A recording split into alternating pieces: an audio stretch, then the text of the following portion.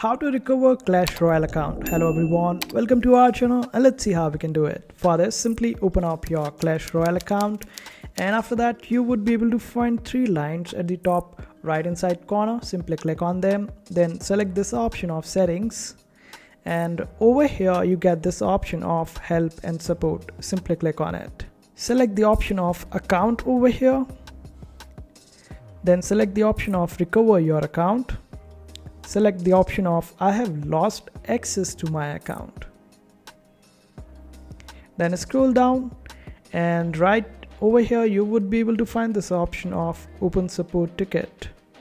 Select this, then a chat will start, and over here select the option of recover my account. Then it will ask you whether you want to recover your current account or a different account or a banned account. Simply select the option accordingly, and this way the support will be able to help you out according to the information that you will be providing, and this way you would be able to recover your old account or the lost account of Clash Royale.